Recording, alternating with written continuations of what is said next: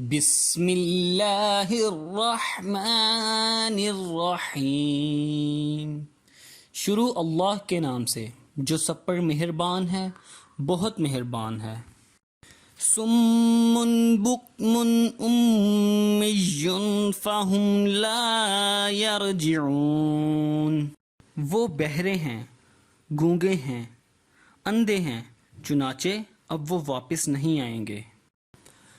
او کصیب من السماء فیہ ظلمات ورعد وبرق یجعلون اصابعهم فی آذانهم من الصواعق حذر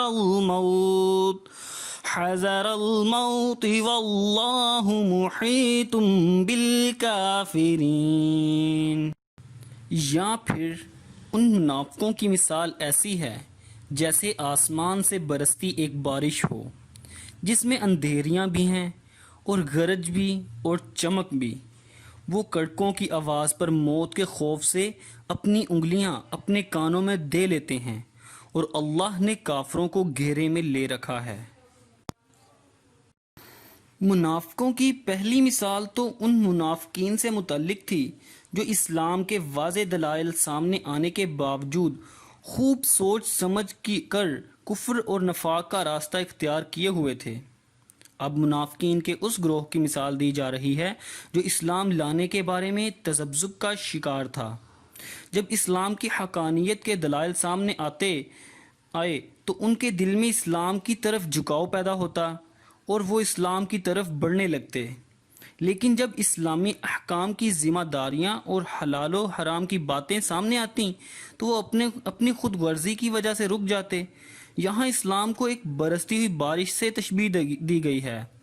اس میں کفر و شرک کی خرابیوں کا جو بیان ہے اسے اندھیروں سے، اور اس میں کفر و شرک پر عذاب کی جو دھمکیاں دی گئی ہیں انہیں غرج سے تشبیہ دی گئی ہے۔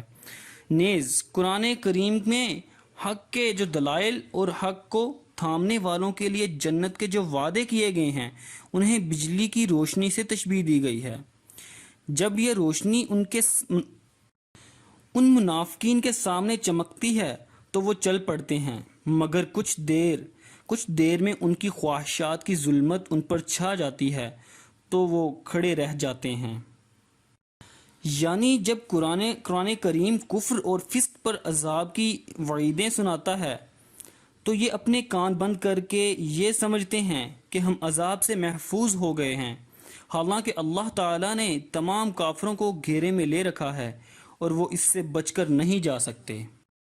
يَكَادُ الْبَرْقُ يَخْطَفُ أَبْصَارَهُمْ كُلَّمَا أَضَاءَ لَهُم مَّشَوْا فِيهِ وَإِذَا أَظْلَمَ عَلَيْهِمْ قَامُوا وَلَوْ شَاءَ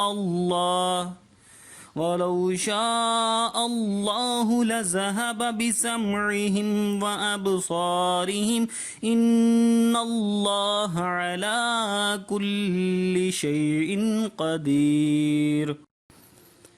ایسا لگتا ہے کہ بجلی ان کی آنکھوں کو اچک لے جائے گی۔ جب بھی ان کے لیے روشنی کر دیتی ہے وہ اس روشنی میں چل پڑتے ہیں، اور جب وہ ان پر اندھیرا کر دیتی ہے تو وہ کھڑے رہ جاتے ہیں، اور اگر اللہ چاہتا تو ان کے سننے اور دیکھنے کی طاقتیں چھین لیتا۔ بے شک اللہ ہر چیز پر قدرت رکھتا ہے۔